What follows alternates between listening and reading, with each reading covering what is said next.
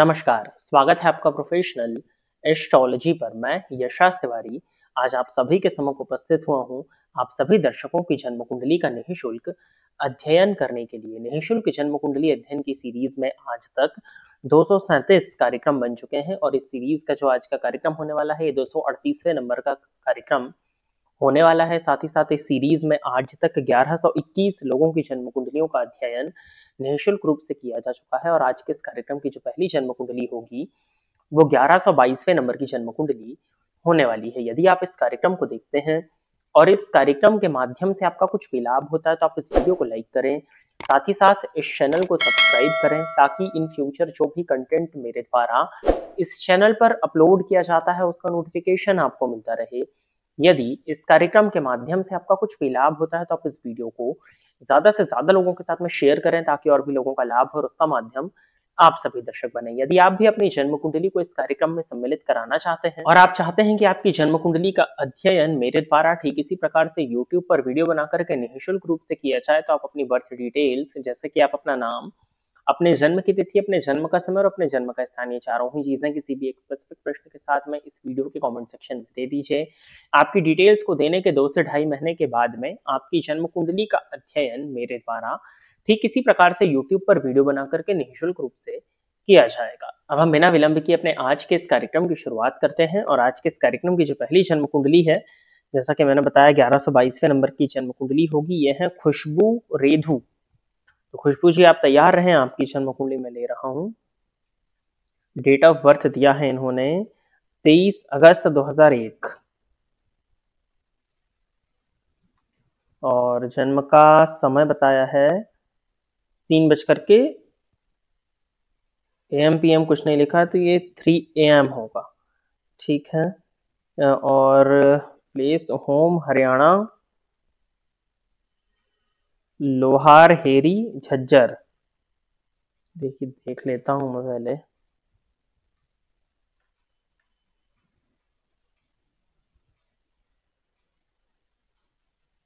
लोहार हेरी तो मिल गया आपका हरियाणा में 23 अगस्त 2001 सुबह के 3 बजे और आपका ये लोहार हेरी हरियाणा। मिथुन लग्न की आपकी जन्म कुंडली है और राशि आपकी कन्या बन जाती है और लग्नपति बुध बनते हैं जाकर के तृतीय भाव में, तृतीयेश के साथ में बुधादित्य योग लगा करके बैठे हैं और गुरु की दशा में शनि का अंतर आपको चल रहा है।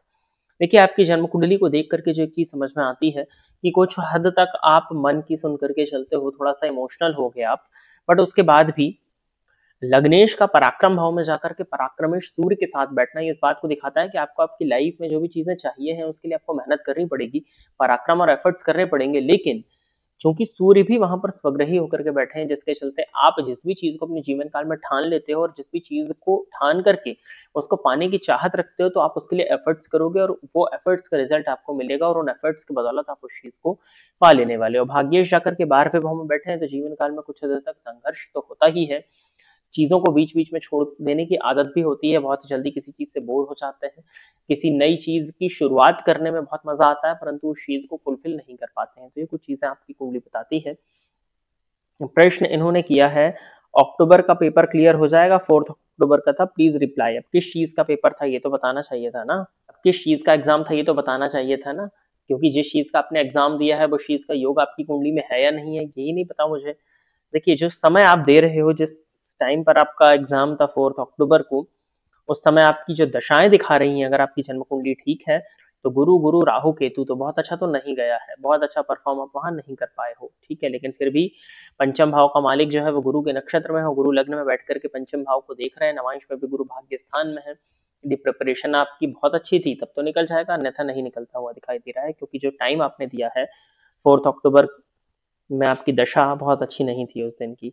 वो दशा ये बताती है कि आपकी भले ही प्रिपरेशन हुई हो बट एग्जामिनेशन हॉल में जाकर के आप नर्वस हुए हो और आप बहुत अच्छे से परफॉर्म नहीं कर पाए हो, आपने कंफ्यूजन में आकर के चीजों को बिगाड़ दिया है एग्जाम में। आगे बढ़ते हैं, अगली जन्म कुंडली जो है ये है शीतल प्रिया। तो शीतल जी आप तैयार रहें, आपकी जन्म कुंडली में ले रहा हूँ। 12 सितंबर सन 2000 का इनका जन्म है और जन्म का समय जो दिया है इन्होंने वो 15 AM दिया है, सीतामढ़ी बिहार। मिथुन लग्न की कुंडली है और राशि बनती है कुंभ। गुरु की दशा में बुध की अंतर्दशा भी प्रेजेंटली चल रही है। बुध चतुर्थ भाव में बैठे हुए हैं। चौथे के बुध को वैसे तो बहुत अच्छा नहीं माना जाता है, लेकिन स्वग्रही हैं और भद्र नामक महापुरुष योग भी यहाँ पर बनेगा। प्रश्न इनका है अबाउट गवर्नमेंट जॉब कब होगी। ठीक है, देखा देखा लग रहा है ये प्रश्न आपका पहले भी दे चुके हो क्या। गवर्नमेंट जॉब कब होगी। ठीक है, सूर्य तृतीय भाव में स्वग्रही बैठे हैं, नवमांश में वृश्चिक के हैं, षड्बल में थोड़े कमजोर हैं, केतु की दृष्टि से दृष्ट है तो कोई दिक्कत नहीं है। दशमपति 12वें भाव में जाके बैठे हैं, बुध की दृष्टि पड़ रही है दशम भाव पर और बुध की ही अंतर्दशा आपको चल रही है। मुझे ऐसा लगता है कि यदि आपकी तैयारी वगैरह परफेक्ट है तो 18 दिसंबर 2025 से लेकर के 11 अक्टूबर 2026 तक ये पूरा 10 महीनों का समय है। इन 10 महीनों में आपके पास में गवर्नमेंट जॉब हो जानी चाहिए यदि आपकी प्रिपरेशन वगैरह अच्छी है और आप प्रॉपरली तैयारी कर रहे हो तो।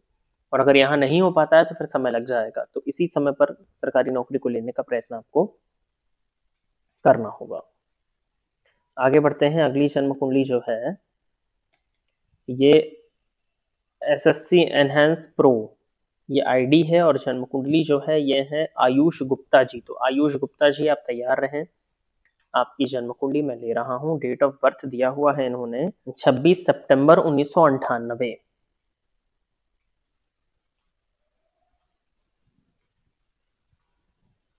और जन्म का समय बताया है दोपहर के 1:15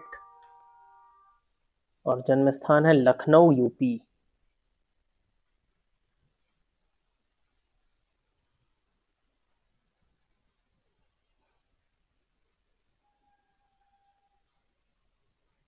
धनु लग्न की जन्म कुंडली है और राशि वृश्चिक बनती है। वृश्चिक राशि का भी समय ठीक नहीं चल रहा है और चंद्रमा आपके लिए 12वें भाव में है और केतु में शुक्र की अंतर्दशा, जिसमें शुक्र भी नीच राशि में है। वृश्चिक राशि का समय इसलिए मैं बोल रहा हूँ ठीक नहीं चल रहा है, नहीं तो यहाँ पर प्रश्न चिन्ह लोग उठाएंगे कि शनि आपकी राशि से पंचम भाव में संचरण कर रहे हैं, जिसके चलते लाइफ में बिजनेस की ग्रोथ स्लो होगी और धन का आगमन और धन का संचयन ये दोनों ही आपको स्लो देखने में मिल रहा होगा, क्योंकि यहाँ से शनि की दृष्टि धन और लाभ दोनों पर है। तो धन आने में भी थोड़ा सा रुकावट परेशानी हो रही होगी आपको लाइफ में। यहाँ व्यापार स्लो हो रहा होगा, पार्टनरशिप और जीवन साथी के साथ में थोड़े से विचार में उतार चढ़ाव दिख रहे होंगे और धन संचित नहीं हो पा रहा होगा। परिवार के बीच में कलह की स्थिति बनी होगी। पैतृक संपत्ति को लेकर के विवाद भी इस समय पर वृश्चिक राशि के जातकों के लिए संभव है। तो ये कुछ चीजें भी चल रही हैं। नॉर्मली ये मैं इनके आयुष्य के लिए नहीं, सबके लिए बता रहा हूँ। और चंद्रमा आपकी कुंडली में 12वें भाव में जाकर के बैठे हुए हैं, इसके चलते केमद्रम दोष भी है। कुछ हद तक आइसोलेशन लोनलीनेस आप महसूस कर रहे होंगे। प्रश्न इनका है मैं गवर्नमेंट जॉब की तैयारी 4 साल से कर रहा हूँ बट फेलियर ही हर बार हुई है, क्या करूं मैं। योग है भी नहीं, इफ यस तो कब तक लग सकती है। पूरी तरह से डिप्रेस्ड हूं मैं। देखिए डिप्रेशन तो होना ही होना है क्योंकि चंद्रमा 12वें भाव में है, वो भी नीच राशि में है। अब आपकी कुंडली में सूर्य दशमस्थ हैं तो बिल्कुल सरकारी नौकरी तो आपकी कुंडली में है। और आप किसी को भी ये कुंडली दिखाएंगे, चाहे ज्योतिष का बहुत कम जानकार हो चाहे ज्योतिष का बहुत ज्यादा जानकार हो, सब आपकी कुंडली में दशमस्थ सूर्य को देख करके बोल देंगे कि सरकारी नौकरी के योग तो आपकी कुंडली में बनते हैं, क्योंकि ये बिल्कुल बेसिक और सरल सूत्र है। तो हर कोई आपको देख के यही बोल देगा। अब एक स्टेप यदि हम और आगे जाते हैं तो दशमेश दशम भाव में बैठे हुए हैं और वो भी सूर्य के साथ में। सभी ग्रह यहाँ पर उत्तरा फाल्गुनी नक्षत्र में है जो कि सूर्य का स्वयं का नक्षत्र, तो बिल्कुल आपकी कुंडली में सरकारी नौकरी की योग तो बनते हैं। अब लेकिन देखिए क्या होता है ना, जरूरी नहीं है कि जिनके दशम भाव में दशमेश हो या जिनके दशम भाव में सूर्य हो वो केवल और केवल सरकारी नौकरी के विषय में ही सोचें या सरकारी नौकरी में ही सफल हो अपने जीवन में। एक दशा होती है जिसको हम कहते हैं कि आपका समय कैसा चल रहा है। आपने जब से तैयारी शुरू करी 2019 से लेके 2021 तक अच्छा समय था, वो तो आपने नहीं लिया होगा या उस समय हो सकता है प्रिपरेशन ना शुरू करी हो। 2021 के नवंबर से लेकर के अभी तक समय तो अच्छा नहीं चल रहा है, लेकिन फिर भी आपको अभी तैयारी छोड़नी नहीं है। फरवरी 2026 से जून 2026 के बीच में यदि कोई एग्जाम होता है तो इसमें हो जाने की पॉसिबिलिटीज बनती हैं।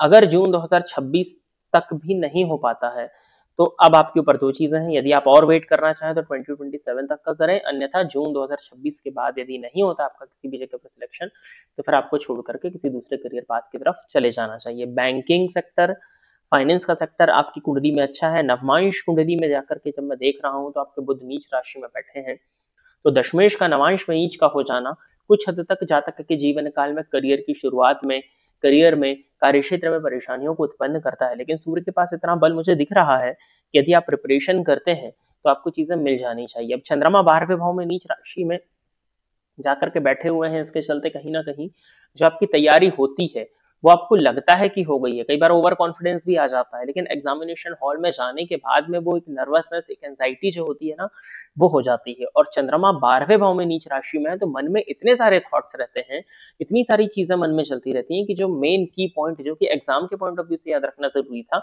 वो इतनी सारी चीजों के बीच में उलझ जाता है। तो वहां जाकर के चीजों को याद करना पड़ता है कि क्या करें क्या करें, तब तक समय कम पड़ जाता है, क्योंकि वहां तो आपके पास में एक लिमिटेड टाइम पीरियड होता है। तो अब चंद्रमा के उपाय करिए। अब चंद्रमा के उपाय मैं आपको कुछ बताता हूँ, जैसे कि शिव जी की आराधना करिए, पूर्णिमा का व्रत रखिए, नित्य शिव जी के मंदिर में जाकर के दूध अर्पित करिए, उसके बाद में जल अर्पित करिए। इतना समय तो आपको निकालना होगा, क्योंकि आप कुंडली दिखा रहे हो और आप प्रिपरेशन गवर्नमेंट जॉब की कर रहे हैं, और 6 से 8 घंटे की प्रिपरेशन मैं मानता हूँ कि काफी होती है, तो अब तो भी आपके पास बहुत समय बचता है कि आप इन उपायों को कर सकें। तो इन 2 उपायों को कर लीजिए। ऊपर से केतु की महादशा चल रही है तो गणेश जी की आराधना करिए, मछलियों को कुछ खाने को दिया करिए।